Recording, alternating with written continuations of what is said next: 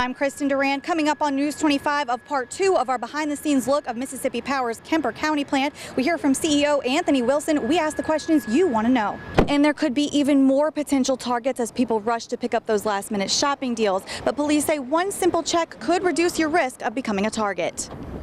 But if you wanted a wider range of places to take your gun into, you'd have to get something called an enhanced carry endorsement to the permit that does require training.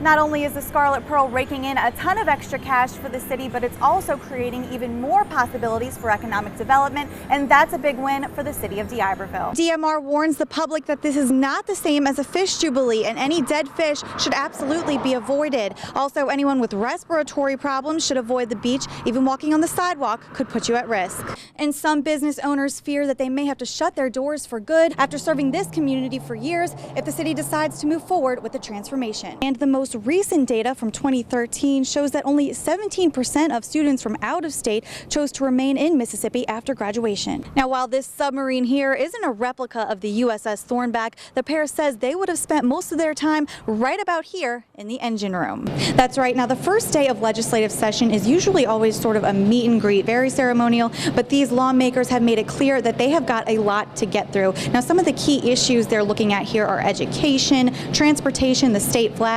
The Biloxi Police Department says a simple phone tip is what led them to the location of the juvenile at a local Biloxi hotel. But also more economic development opportunities and easier access to all our downtown areas our coast has to offer, from Bay St. Louis to Pascagoula. Monday morning started out like any other day for Teresa Lero, feeding her horses outside of her home on Pine Forest Road in Gulfport as her husband slept inside. She heads back inside the house. Moments later, her dog Leon is barking and growling. I couldn't understand at first what it was. I thought it might be somebody I knew was here needing something, and then I quickly realized it wasn't anybody I knew, and they weren't up to any good. She says 2 men were standing in her sunroom armed with a gun. They had ski masks on. This is all you could see.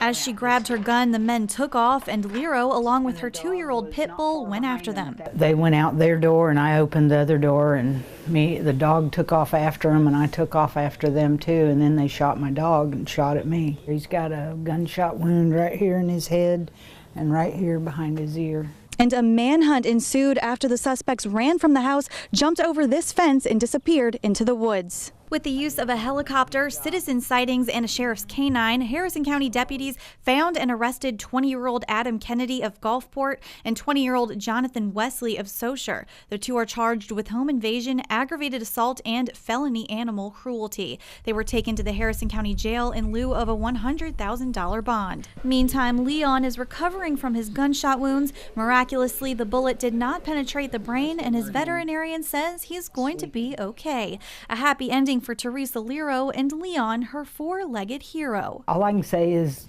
adopt a dog from a shelter. He might save your life. In Gulfport, Kristen Durand, News 25.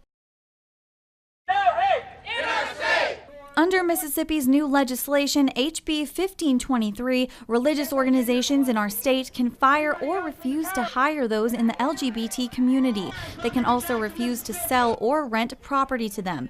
Ashley Costello is a student at USM's Golf Park campus from New Jersey. She's also a Christian and is against the measure. The first thing I thought when I saw it was that would never happen where I'm from, because we accept people for who they are, religions, sexual preference, sexual identity. And I'm a Christian, and I think that what I took from 12 years of parochial school and reading the Bible is that Jesus accepts everyone. And like many issues, this one has 2 schools of thought. Opponents of the law say it allows government-sanctioned discrimination that could lead to people being turned away from homeless shelters and denied medical care. And those on the other side are pretty set in their beliefs that a business shouldn't be punished for choosing not to provide a service for something they don't agree with. Again, sounds wrong, but that's their belief.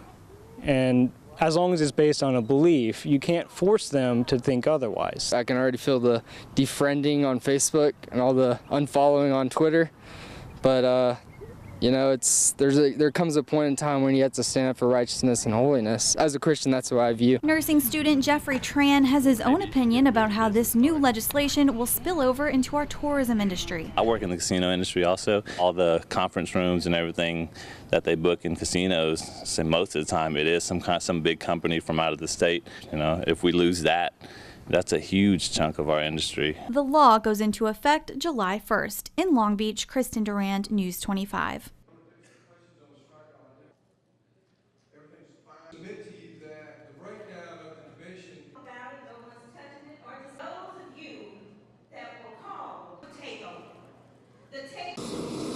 This airplane, the workhorse of the Air Force, the newest version of the C-130J aircraft, is one of 10 identical Hurricane Hunter planes at Keesler Air Force Base in Biloxi.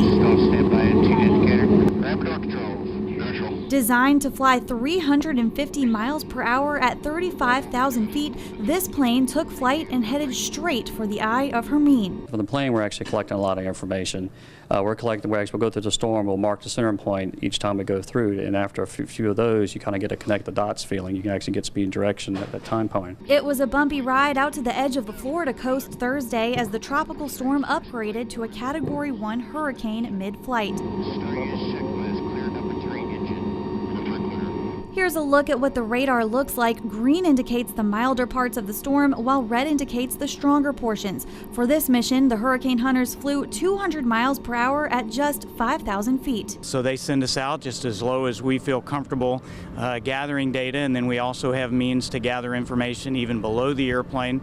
So we're getting as real-time information that's as useful as possible to allow the National Hurricane Center to better predict what that storm's going to do. So how do they measure all of that critical data? Well, they use tools like this one right here. It's called a dropsonde. It's loaded into this chute, launched into the Gulf, and it measures things like wind speed, temperature, and relative humidity. We collect all that information. All that gets pushed to the National Hurricane Center. They take that and then turn it into the forecast and stuff you see on the coast. Increasing the accuracy of forecast data by 28 to 30%, assisting emergency management services and alerts, increasing evacuation times, and ultimately keeping you safe. In Biloxi, Kristen Durand, News 25.